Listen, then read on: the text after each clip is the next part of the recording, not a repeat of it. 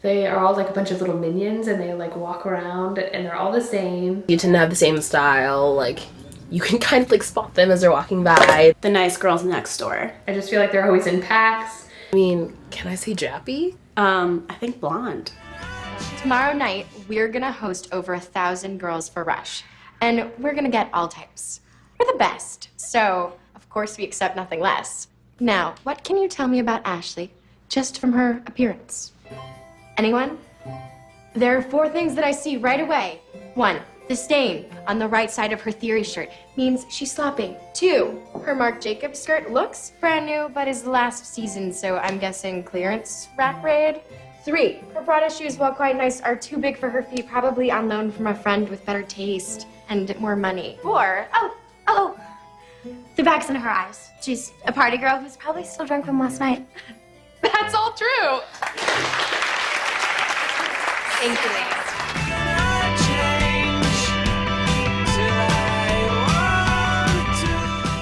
Beauty means to me being confident and looking put together, not necessarily, you know, like physically attractive, but I think beauty really radiates from within.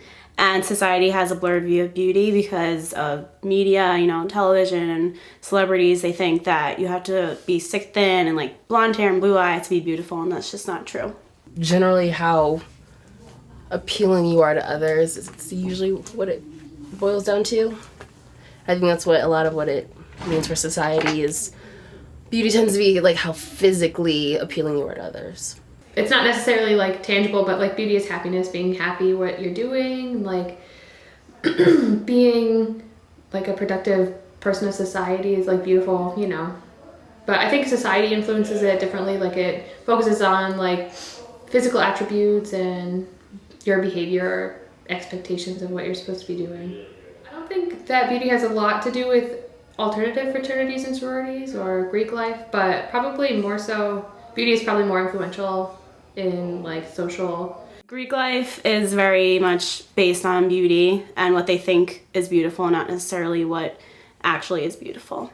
Sadly, even before rushing, I remember hearing stereotypes about how pretty one house was over another, and I got into Greek life and realized that that wasn't really true. I think it has a lot to do with who you mix with and who you're friendly with. It's very much about physical appearance and what others think about you. Like your house represents you and you represent your house.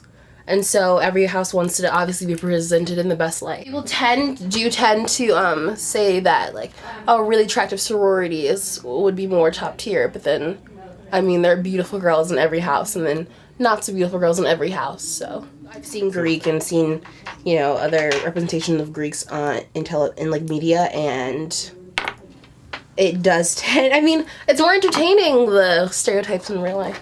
I wouldn't say they convey it accurately because everyone has a different experience in Greek life, but it definitely does have an influence. Like if you watch Greek before you come to college or something, you're going to have a skewed, you know, knowledge of what Greek life is. But once you get into it, everyone has their own, you know, experiences, and it really depends on what you make of it. I think that they would be like the top of the pyramid, you know, like the social status. They would be like the very top, and then everyone else is like peasantry.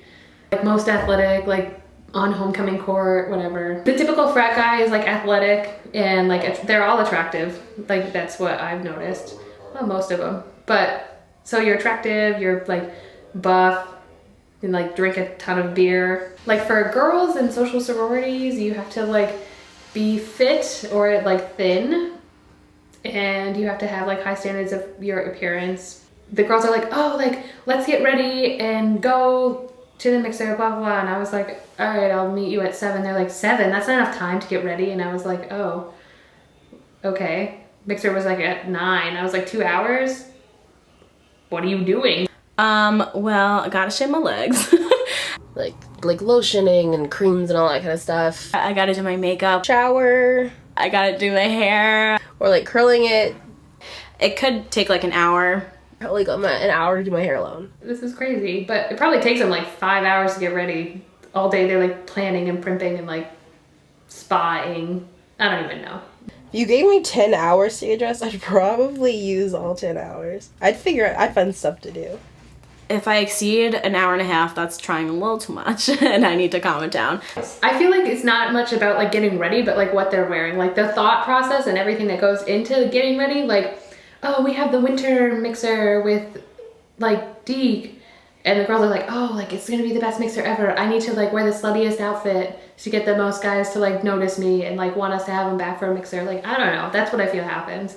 For a mixer, if it's not themed, like today I have a mixer and it's costume themed, so it's been taking me all day because I have nothing prepared. But if it's regular, like just doing hair and makeup and an outfit, probably like an hour, hour and a half. My quad mates and I have put in an hour and a half, 3 hours, you know, making costumes and stuff, getting ready. It doesn't take much, I don't think. And I don't really care what other people think, so it's kind of what I deem is acceptable and how I want to look. Well, sometimes I'm just like not as happy if I didn't spend enough time getting ready. Like tonight, I'm being rushed. I'm not gonna do, like I'm doing not even like a quarter of my routine. I'm like throwing stuff together. I don't know what I'm wearing. I'm about to put it on as I run out the door.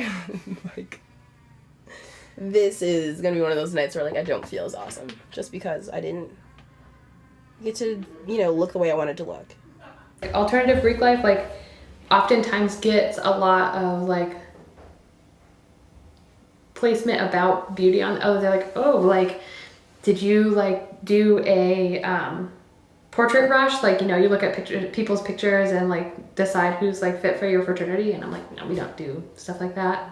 Because sorority girls, you know, have to fit this certain stereotype that they have to be stick thin and, you know, makeup always done and hair always on point. But it's a lot of pressure from both like sororities, fraternities, and people outside of Greek life.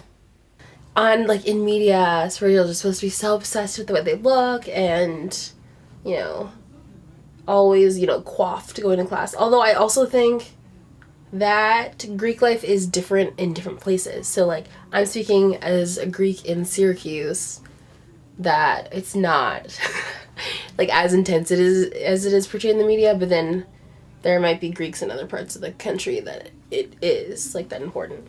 We had a couple brothers in our frat, like guys that were in social Greek life and our frat, and they were always like, oh, I like doing our Phi Sigma Pi stuff better than doing my frat stuff because I feel like a real person here.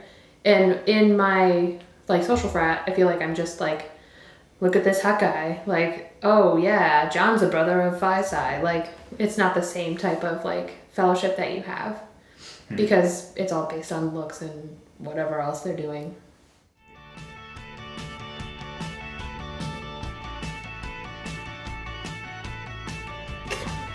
If I wore this to class, it means that I rolled out of bed after being out the night before and then went to class, not because like I put this kind of makeup on for class.